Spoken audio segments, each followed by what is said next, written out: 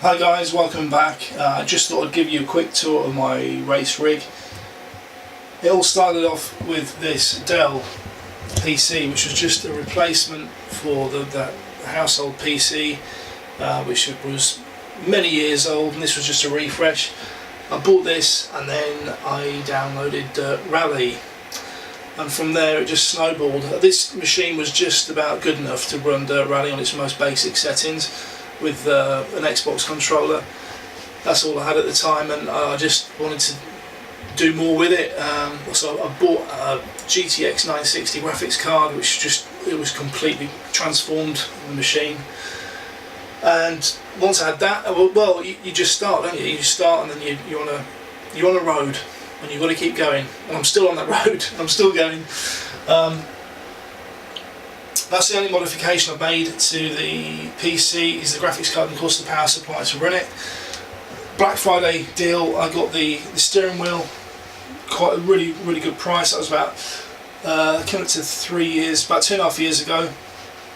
And I've not had any problems with that, other than the upshift doesn't click properly. The downshift clicks really nice solid positive click, and the upshift is like this dull thud. It's not great, but I can live with that, that's okay. After the steering wheel, I had the pedals that ship with the T300RS were two plastic pedals, and after about 6 months I broke one. The sort of pivot mechanism all shattered, and so they went in the bin, and I upgraded to these Thrustmaster metal pedals, and I've swapped them. They come in the F1 position, so I swapped them over to the GT because I tend to do more GT cars than F1, so that really suits me. It's all mounted on pallet. Doesn't look very nice. A lot of this stuff doesn't look very nice, but it works really well. But once I get it all in situ and working, I'm going to tidy it up and make it look a bit prettier. Of course, once you've got your pedals and your steering wheel, personally I love the older GT cars, race cars, anything manual really, F1 and all this sort of high-tech modern stuff. I wouldn't say I'm not interested in it, but I prefer the older, like Mark II Escort kind of rally car, that kind of thing. So naturally, get myself a manual shifter was absolutely essential, which I did. I was initially a little bit stuck with it because it sits, because of the bracket, the clamp. If you put it on your desk, your gear knob's like above your steering wheel, so I've had to craft, I don't know if that's the right word, butcher a pallet to accommodate it. But now of course it's the right level as it would be in a car. It's really solid, you can be quite aggressive with it, and it doesn't move around. The only modification, if you can call it that, to the gear shift, I don't know if anybody else has had this, but when you get these, the gear knob weighs about the same as a light bulb, which doesn't give it a very convincing throw. So if I just put the camera down for a second and show you what I've done inside, just to give it a bit of extra weight and give it a more realistic throw. If I can get this screw undone ever. No, I can't. And I can feel some editing coming on. There we go, right. Inside I've packed it out with putty. It's actually detailing clay, but you can use blue tack, you can use putty, plasticine, anything. And it just gives it a few extra grams. It makes it a little heavier in the hand, and it throws better. A second.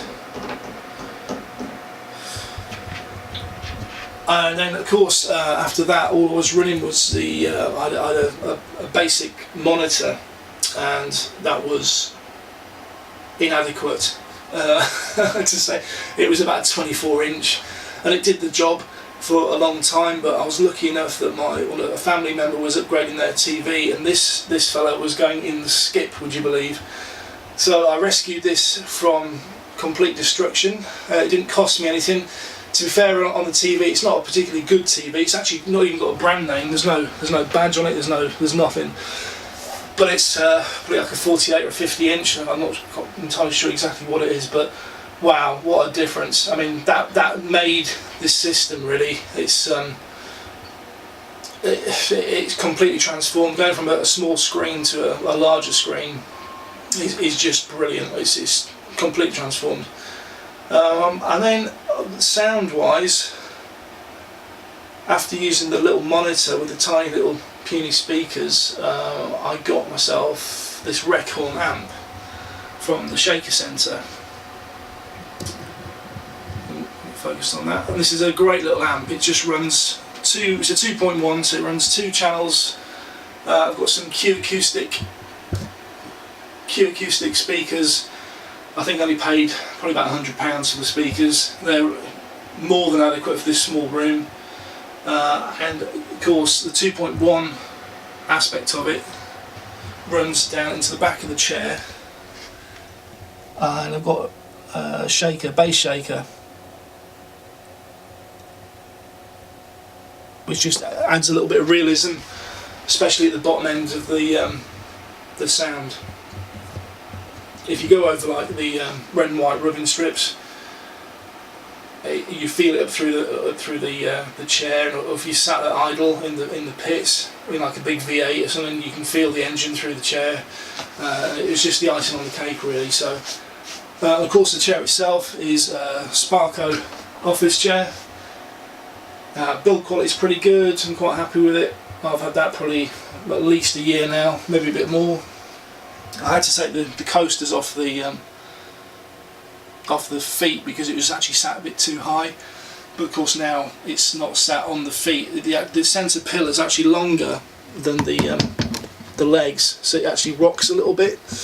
So the long-term plan, or the next major thing, is some kind of frame. I do have one idea which I'm not prepared to disclose just yet. I have one little idea I'd like to do, but for the minute, I mean, it's fine. It really works well. So that's my rig, guys. Really. Oh, of course, I've got HyperX blue cherry blue keyboard. That's a noisy little devil, and Corsair gaming mouse. And that is my gear. But it's taken me probably 2.5 years to get everything together.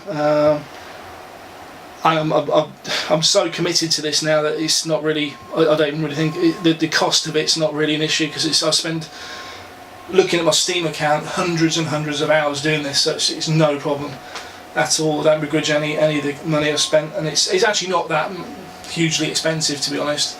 I've not added it up, but it's probably certainly less than 2,000, maybe less than 1,500. So it's a reasonably cheap hobby. Of course, now I've got everything, I don't really need to spend much more money, although I am going to.